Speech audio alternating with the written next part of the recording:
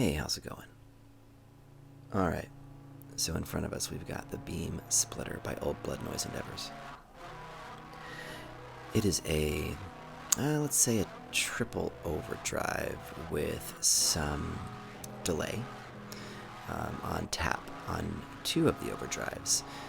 And it's a mono in, but it can be mono out, stereo out, or TREREO out.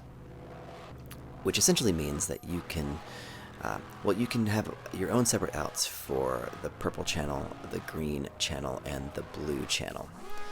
And we will discover what all of that vibe is like.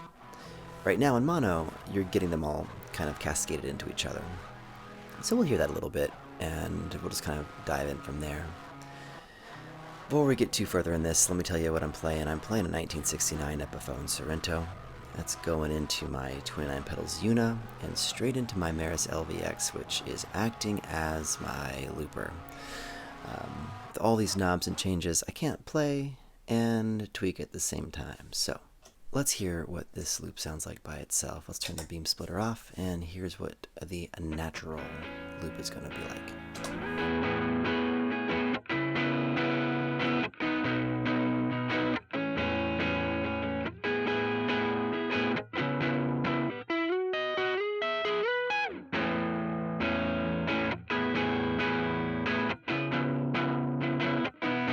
Oh, and by the way, the Sorrento that I'm playing has mini humbuckers on there, and I'm just playing out of the neck pickup on this one.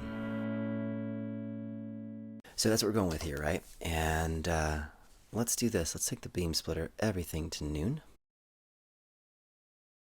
And each of these three channels actually all have varying levels of overdrive and distortion available. Manual is pretty simple and explanatory and everything. So we've got, okay, from right to left here, you've got volume, gain, and tone on the purple channel, volume, gain, and tone on the green channel, and then time and decay for the green channel. You've got volume and tone knobs, a gain toggle for the blue channel, and then time and decay for the blue channel as well. And the time and decay on the green and the blue are themselves kind of affected by the deviate knob. So, as it is in noon, let's hear what this is sounding like.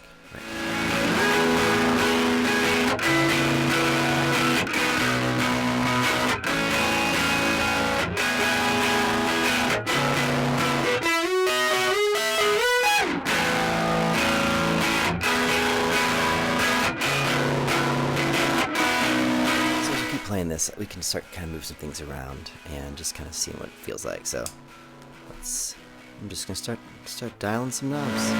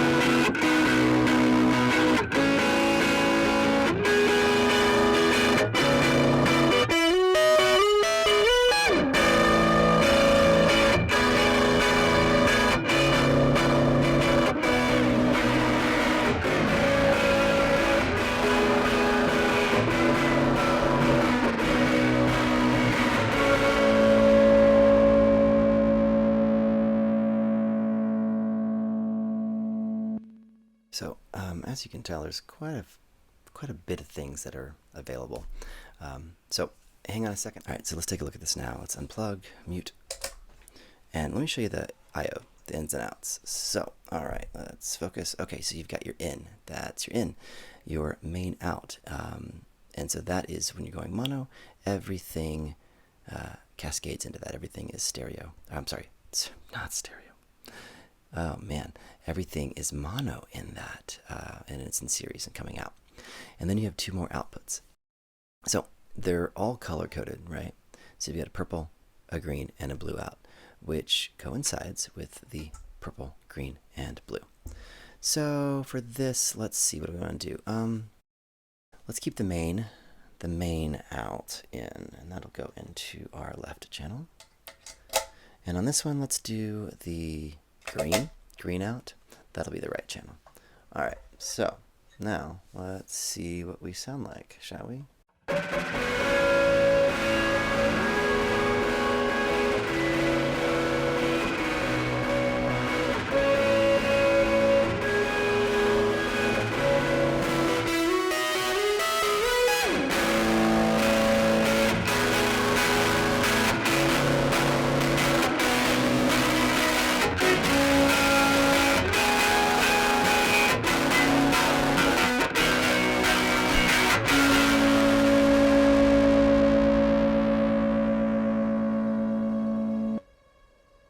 Cool, keep going.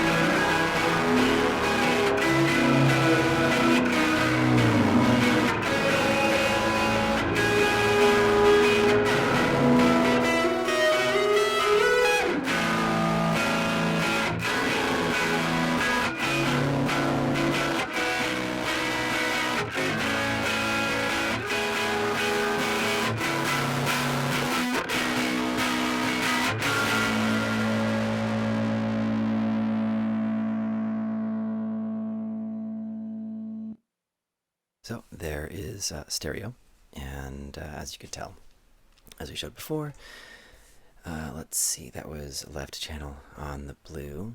I'm sorry, purple. I'm colorblind apparently.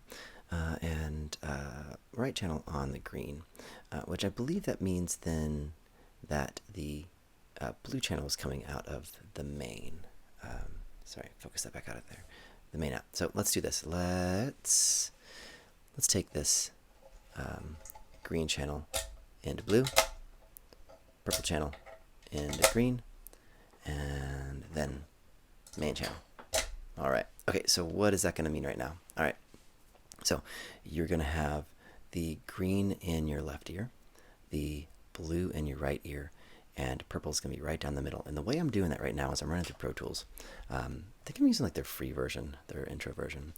And I have, so my setup real quick is I'm using a Audient Sono interface, and I'm attaching to that is a Behringer Ultra Gain Pro 8, which is like a digital guy there that you can, with an SPDIF in the back, can add those extra channels. So what I'm essentially doing is the Audient Sono has a tube in the first channel. So my guitar is going straight into that, running into the tube, then it's coming back out of the reamp channel, then going into the 29 pedal Sono. Oh, sorry, Una. Man, having a hard time talking today. And out of the Una into my Maris LVX into the beam splitter. So originally, when it was just in mono, it's going out of this cable, which is connected to the channel 2 on the Sono. And I have channel 2 set up as a mono. So it's just going to be straight down the middle. And then channels 3 and 4 are panned left and right. So 3 and 4 and 2. So basically mono, right and left, or left and right. So okay, let's be quiet, let's play. So what I'm guessing you'll notice is some good spread on the blue and the green, and just some nice drive on the purple, right in the middle. And let's see, I'm going to take the purple all the way down to start and see what that does. Maybe roll it in a second. So now let's hear it. I'll stop talking and hit play.